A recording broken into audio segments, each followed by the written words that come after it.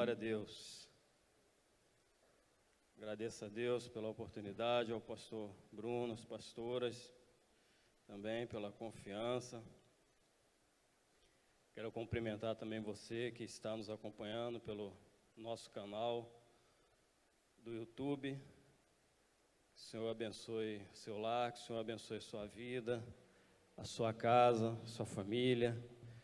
A você também que vai acessar esse vídeo em algum momento, que a mão do soberano Deus esteja sobre você. Como começou o seu dia? Eu sei que o básico nós fizemos. Nós reservamos um tempo para orar, nós reservamos um tempo para ler a palavra do Senhor e traçamos na nossa mente tudo aquilo que pensamos que iria ser realizado e feito no dia de hoje. Eu agradeço a Deus a cada dia que eu me levanto, que Ele sopra um fôlego de vida novo sobre mim, e que Ele me dá a oportunidade de eu abrir os meus olhos e olhar para a Simone, olhar para a Suelen, escutar o ronco da Cristal. Eu agradeço a Deus por isso tudo. E eu creio que você faz a mesma coisa. Você também agradece a Deus pela dádiva da vida, por tudo aquilo que o Senhor tem te proporcionado, por tudo aquilo que o Senhor tem ministrado sobre você, por tudo aquilo que o Senhor tem feito em você e através de você. Você faz isso. Só que sempre tem uma investida contrária, tem uma investida de Satanás. E essa investida de Satanás, ela acontece para roubar a tua paz, para te tirar do prumo, para te tirar da centralidade que Deus quer, que é o local que você esteja. E o diabo sempre arruma uma gracinha, para tirar a sua paz. Mas até na gracinha que Satanás arruma, você precisa enxergar oportunidade para falar da palavra de Deus.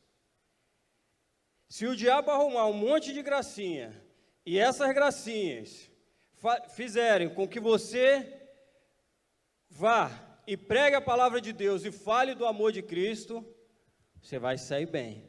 Agora, se você entrar na gracinha de Satanás, começar a se desesperar, começar a se abater, arrancar os cabelos, já começar a chutar o balde com Deus, começar a chutar o balde com Jesus, com o Espírito Santo de Deus, aí as coisas ficam difíceis. As coisas difíceis. Depois disso tudo, desse dia de hoje, que o dia ainda não acabou, de levantar cedo, agradecer a Deus pelo dom da vida, de orar, vem a gracinha de Satanás, e através da gracinha de Satanás, a gente vai até uma pessoa que precisava nos auxiliar, um órgão, e é inevitável, pastor, pastora, irmãos, irmãs, sempre vai surgir o assunto de Deus no meio. Enquanto o cara está ali digitando, fazendo as coisas, o cara começa a falar que a vida não está boa, isso e aquilo. Aí você aproveita para falar do amor de Deus. Você aproveita para falar de Jesus. E eu comecei a falar de Jesus hoje para aquele camarada através da gracinha que o diabo fez. Ele reclamando da vida dele, falando que certas coisas não estavam dando certo, estavam fugindo do controle. E eu falei para ele, cara, eu vou te falar a história de um cara, uma história verídica que virou um filme. Um cara muito bom, todo mundo gostava desse cara. Esse cara era um representante de jogadores famosos dos Estados Unidos, todo mundo se amarrava nele, ele se dava bem com todo mundo, ele ganhava muito dinheiro, ele vivia bem. Ele montou uma empresa, ele contratou gente, pessoas para essa empresa. E ao passar dos anos, a empresa se juntou e falou para ele que não precisava mais dele. E ele começou a entrar numa depressão. Ele falou, nossa, eu fundei essa empresa, eu trabalhei aqui minha vida toda, eu dei meu suor, eu dei meu sangue, como é que não precisam mais de mim? Como é que vai ser a minha vida agora? Como vai ser daqui para frente? Aí um camarada que era rejeitado por todo mundo, aceitou ficar do lado dele. E depois esse camarada, junto com ele, eles têm sucesso, ele consegue vencer e ele se torna uma pessoa novamente respeitada e amada pela multidão, por todos. E ele recupera todo o seu bem. Eu usei isso para falar para aquele camarada, eu falei, cara, traz isso para o lado espiritual. Você está se apegando em coisas, você está se apegando em fatos, Você está se apegando em palavras lançadas ao vento. Talvez você esteja se apegando até esse seu trabalho aqui. Mas será que não está faltando esse Jesus na sua vida? Será que não está faltando esse Jesus que está lá pronto de braços abertos para te receber, para te abraçar e ajudar a resolver seus problemas? E ele olhou para mim e falou, pode ser. Eu falei, não pode ser. É isso. Está faltando isso. Pega esse camarada que ficou com esse empresário e pega Jesus que quer caminhar contigo e você está rejeitando Jesus. Aí ele falou para mim, cara, eu sou desviado. Eu falei, então está na hora de voltar. Está na hora de voltar. Nós agradecemos muito a Deus, nós agradecemos muito ao Senhor quando as coisas estão boas, quando as coisas estão fluindo, estão acontecendo. Quando as coisas pioram, quando as coisas ficam tumultuadas, há sempre uma reclamação daqui, uma reclamação dali, e nós até nos esquecemos que Deus, Ele tem a resposta final para tudo. Porque as pessoas, elas sempre vão olhar para nós. As pessoas vão sempre nos observar, elas estão nos observando porque elas querem algo de nós. Lewis falava o seguinte, que as pessoas estão à procura, elas procuram Cristo naquilo que você prega. Se você não leu nada sobre Lewis, você procure ler. Tem alguns livros aí, é muito bom. Ele falava isso. As pessoas estão procurando, você está pregando sobre um Jesus, você está falando sobre esse Jesus, e será que você está dando testemunho desse Jesus? Será que você está dando testemunho desse Deus? Será que as pessoas estão olhando para você e estão vendo algo novo em você, algo diferente em você? Elas olham para você e falam, poxa, ele pode fazer uma diferença na minha vida, eu vou chamá-lo aqui na minha casa para orar, eu quero bater um papo com ele, saber do amor de Deus, saber o que Cristo está fazendo, porque eu olho para ele, eu não vejo uma pessoa reclamona, eu olho para ela, eu não vejo uma pessoa que fica resmungando, vejo um sorriso no rosto, vejo que ela ou ele são filhos de Deus, e eu quero participar desse amor. É isso que o mundo está procurando, é isso que o mundo está sedento. E Deus nos chamou para ser defensores do seu reino. Em tempo de mar agitado, não seja onda, seja um porto seguro. Um porto seguro conduz pessoas a bons portos. Se a gente pensar que toda hora vai ser a onda, nós não vamos conduzir ninguém a bons portos. Amém? Aleluia. Vamos entrar na palavra ainda, hein? Quando Charles Spurgeon tinha mais ou menos 15 anos, seu pai e sua mãe deixou ele morando na casa dos seus avós. E a grande inspiração de Spurgeon era o seu avô. Seu avô foi um grande referencial para ele. E ali ele escutava a sua tia reclamando que tinha um camarada na igreja que ele estava perturbando a vida do pastor, estava envergonhando o nome de Deus, estava envergonhando o nome da igreja, estava envergonhando a comunidade cristã daquele local. E ele ficou tão revoltado, com 14 ou 15 anos de idade, por aí, que ele falou, vou matar esse cara. Você pensou, Mateus? Eu vou matar esse camarada. E ele perguntou onde esse camarada estava, e o nome desse cara era Elias, e ele foi até aquele bar, falaram para ele, olha, ele está lá no bar, bebendo e fumando. Charles Spurgeon, conhecido como o príncipe dos pregadores, ele entra naquele bar, ele chama a atenção de todo mundo, ele olha nos olhos de Elias e fala, o que você está fazendo aí, Elias? Você está envergonhando a sua igreja, você está envergonhando o seu pastor, você está envergonhando o seu Deus, você está envergonhando a Jesus, bebendo e fumando charuto com esses homens. Elias olhou para ele com muita raiva, querendo talvez ele matar Charles Spurgeon. E Charles volta para casa, fala para o seu avô, para a sua avó e para a sua tia, eu matei ele, eu matei. E passado algum tempo, Elias se dirige à casa dos Spurgeon. E no meio do caminho ele veio pensando, vou acabar com aquele menino, vou acabar com aquela família, olha a vergonha que eles me fizeram passar. Só que no meio do caminho, Deus tomou a vida de Elias, Quando ele entra na casa dos Spurgeon, no meio da sala, ele se ajoelha, ele chora, ele pede perdão e ele fala: eu quero mudar, eu quero ser uma nova pessoa, eu quero ser uma nova criatura, eu não quero ser mais essa pessoa de má fama. Ele quis mudar. Quantas pessoas estão perdendo a oportunidade, estão tendo a oportunidade para mudar e não estão mudando? Aí as coisas não acontecem, as coisas não fluem na vida da pessoa, as coisas não fluem no lar, não fluem na vida financeira, não fluem na vida conjugal, não flui na vida intelectual, não flui na vida ministerial. Aí depois o culpado é quem?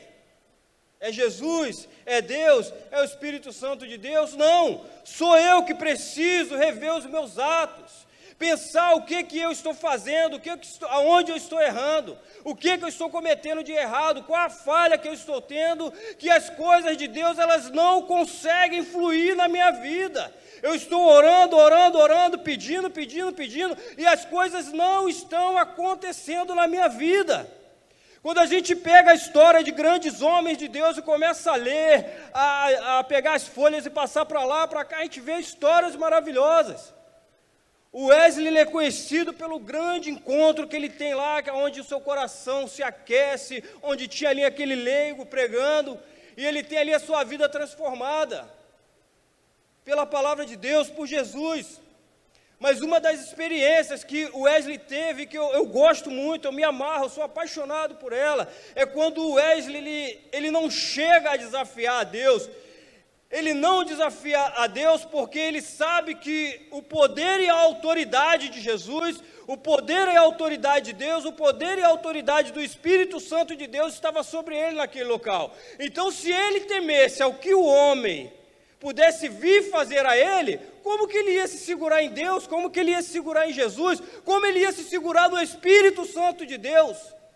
Ele está dentro de uma casa, junto com os seus amigos, jantando, se alimentando, e daqui a pouco começa um burburinho do lado de fora, e o Wesley e seus amigos começam a escutar aquilo, e são homens com paus, com pedras, que querem adentrar ali naquela residência, tirar a vida de Wesley, porque alguém foi contratado para fazer isso, porque um outro alguém estava incomodado com a pregação de Wesley, e achava que mandava na vida de Wesley. Só que o Wesley sabia que quem mandava na vida dele era Jesus, Deus e o Espírito Santo de Deus. E ali alguém disse: Wesley, vamos orar. João Wesley, vamos orar. E eles dão as mãos, começam a orar, e alguém joga uma pedra, quebra aquela janela, e o Wesley ali começa a provar que Deus é soberano, assim como ele agiu naquele local, na vida de Wesley, assim ele pode agir na sua vida também, assim ele pode agir no seu lar também, assim ele pode agir na sua família também, mas você precisa carregar essa fé com você, e acreditar que Jesus vai entrar na situação e vai resolver. Não pode temer as armadilhas que Satanás cria para você, não pode. E o Wesley se levanta e fala o seguinte: irmãos, fiquem tranquilos, eles querem a mim, então a mim eles vão ter. Eu vou sair por essa porta e vou lá conversar com eles. E é isso que ele faz, ele sai, vai lá naquela multidão, e ali começa aquelas palavras desairosas, desferidas contra o Wesley, e fala daqui, fala dali, paus, pedras, e toda a rebelião, vocês podem prestar atenção, que toda rebelião que acontece tem um cabeça de chave, tem um líder, e alguns acompanham o cabeça de chave ali, o líder. E o Wesley pede a palavra: eu quero falar, e ninguém respeita, até que o então líder da rebelião ali, que estava doido para acabar com a vida de Wesley, fala o seguinte: deixa ele falar. E o Wesley começa a falar, Mateus, começa a falar, começa a pregar, falar do amor de Deus. Daqui a pouco vai caindo tocha pelo chão, sendo apagada, vai caindo pedras, paus. E o cara que foi contratado para acabar com a vida de Wesley, abraça o Wesley e fala para ele: Wesley, eu fui contratado para tirar a sua vida, Mas hoje aqui diante dessas testemunhas, eu vou dizer uma coisa, que a minha vida pertence a você. Eu fui contratado para acabar com você, agora a minha vida é sua. Eu vou dar a minha vida para te defender. Eu vou dar a minha vida para te proteger, Wesley. Olha a ação de Deus, o poder de Deus na vida desse homem de Deus. Ele não estudou com qualquer pessoa, ele não aprendeu com qualquer pessoa. Ele teve uma mãe que passou 20 anos ensinando a ele o que ele deveria fazer. Ele teve uma mãe que estava ali colada. Aonde no livro O Despertamento Religioso de John Wesley, vocês vão encontrar ela falando, ela conversando com uma pessoa, e ela fala: qual mãe, na melhor fase da sua idade, abdicaria de 20 anos da sua vida para cuidar dos seus filhos, para eles não irem para o inferno? E ela fala: e olha que eu não cuidei da maneira que deveria cuidar. Mas como? Se todo dia o Wesley e seus irmãos tinham que ir lá, levantar, fazer suas obrigações, oração, palavra, jejum, conversa, e a sua mãe ensinando. Então era um camarada que estava estruturado em Deus. E para colaborar, eu já estou indo até por outro caminho, mas Deus, Ele sabe de todas as coisas. Vamos lá.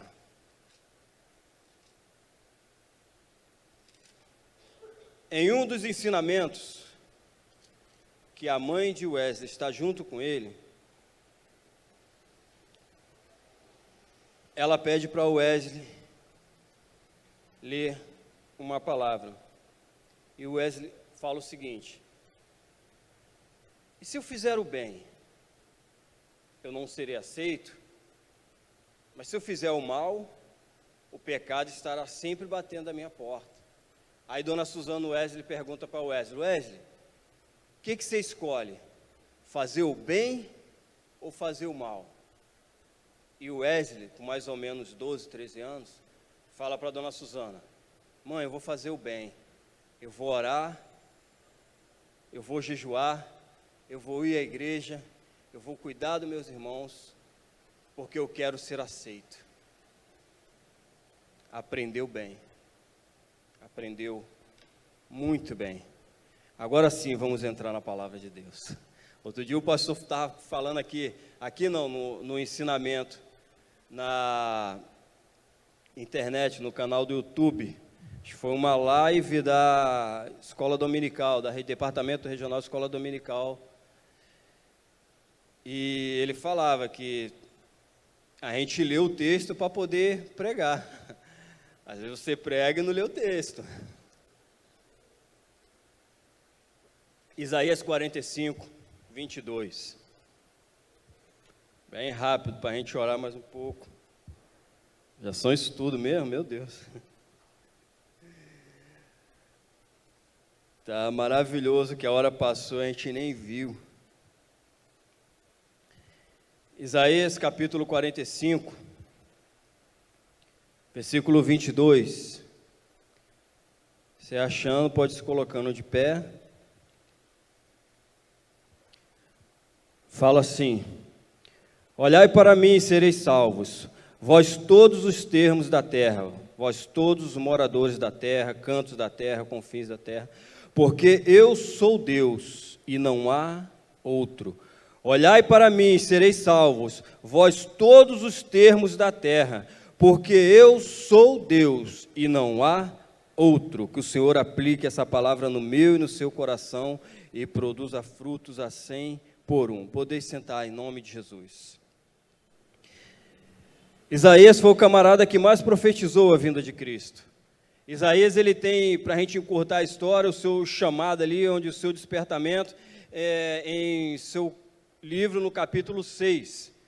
Quando você pega os 5 primeiros capítulos do livro do profeta Isaías, você vai ver Isaías batendo, falando contra o pecado, e no capítulo 6 ali ele tem um encontro com o Senhor depois da morte do seu grande amigo, que era o rei Uzias.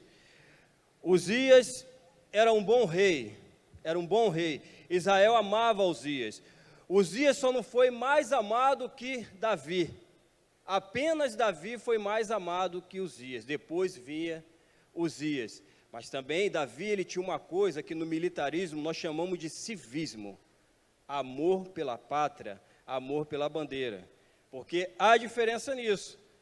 O que é o civismo no mundo militar?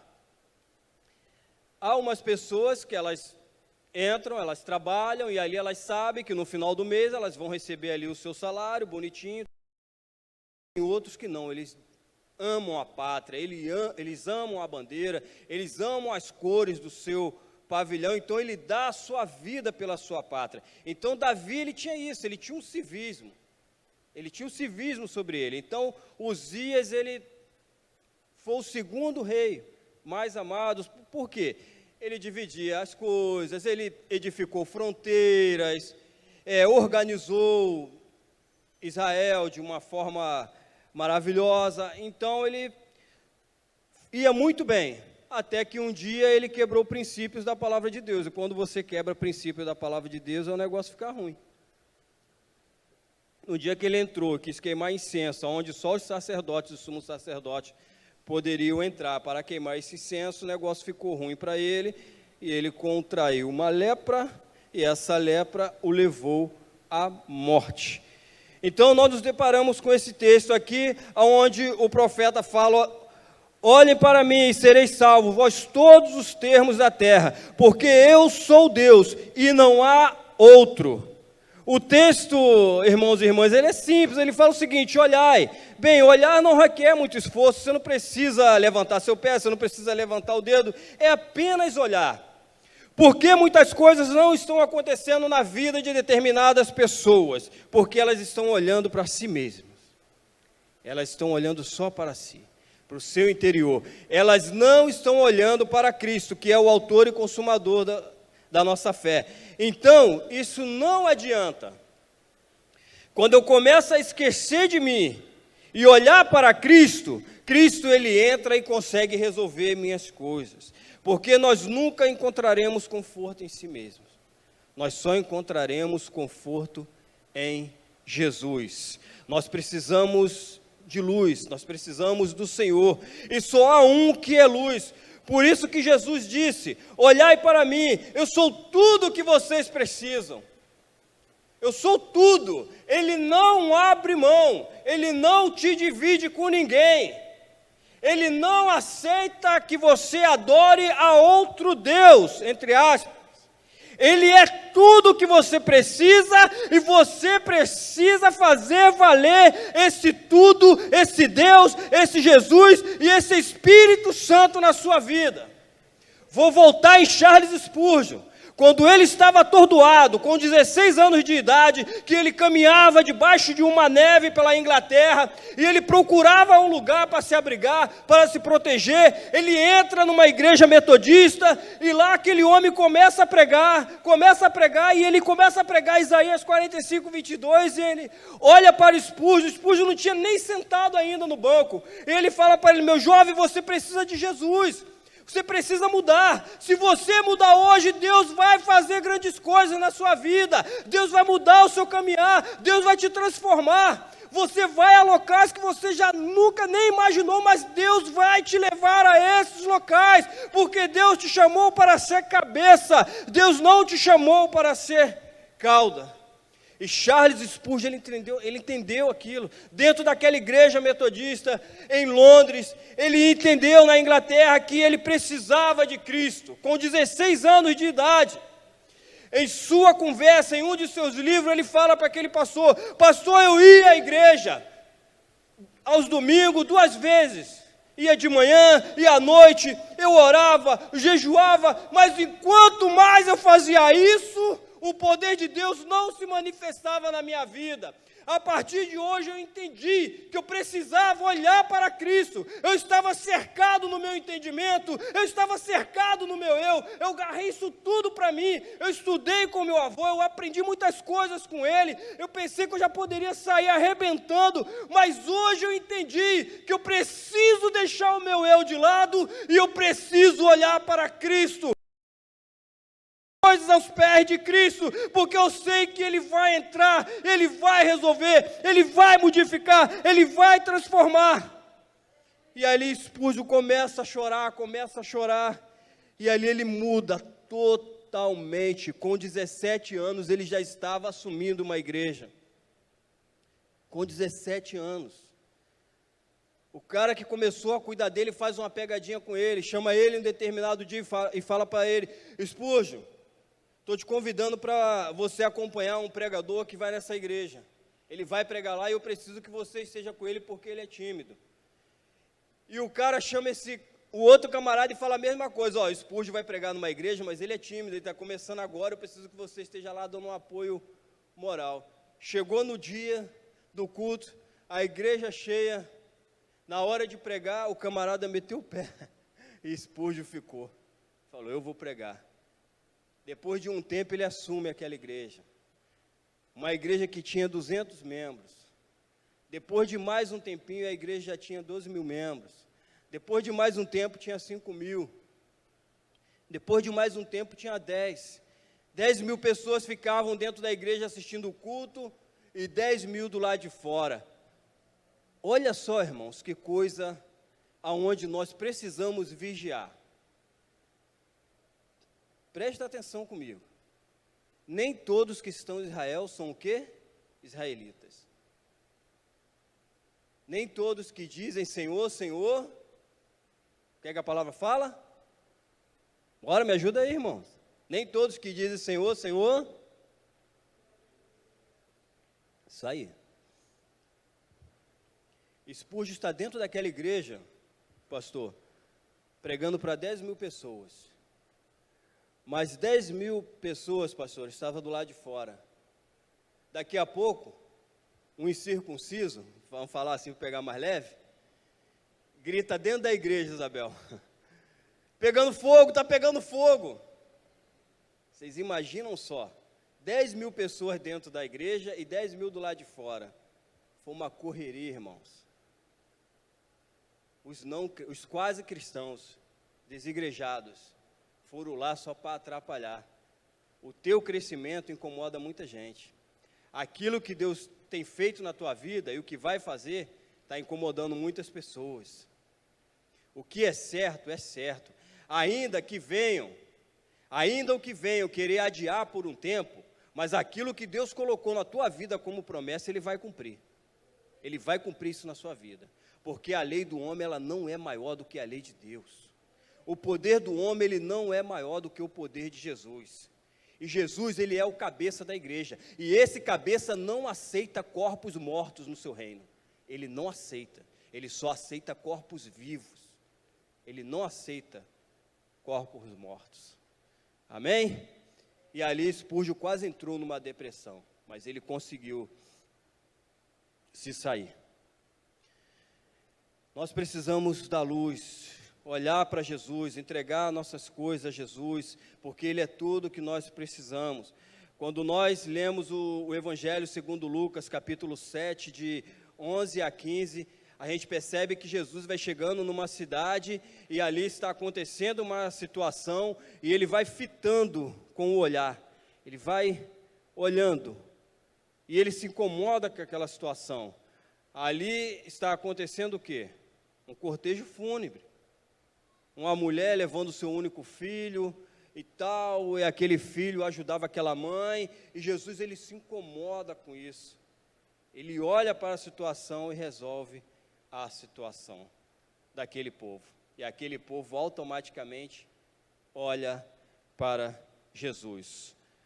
Quando é que olhamos para Deus? Quando estamos fartos, abençoados, sem problemas, nem lutas? Difícil, né? Normalmente somos como aqueles que se lembram de Deus quando tem problemas. doenças, desemprego, casamento em crise, filhos desencaminhados. Então clamamos e pedimos e oramos com insistência: Senhor, me ajuda, Senhor, me socorre.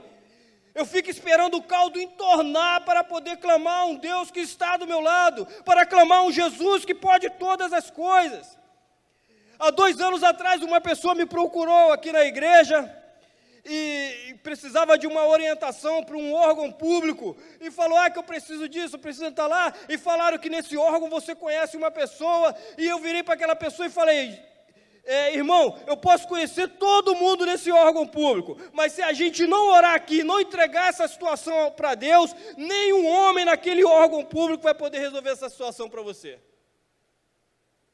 É você se negar a si mesmo, negar o seu conhecimento, jogar o seu eu lá embaixo e entender que sobre a sua vida existe um senhorio de Jesus Cristo, existe um poder que emana do alto sobre você, sobre as suas causas, sobre aquilo que você tem buscado, sobre aquilo que você tem pedido, clamado, orado.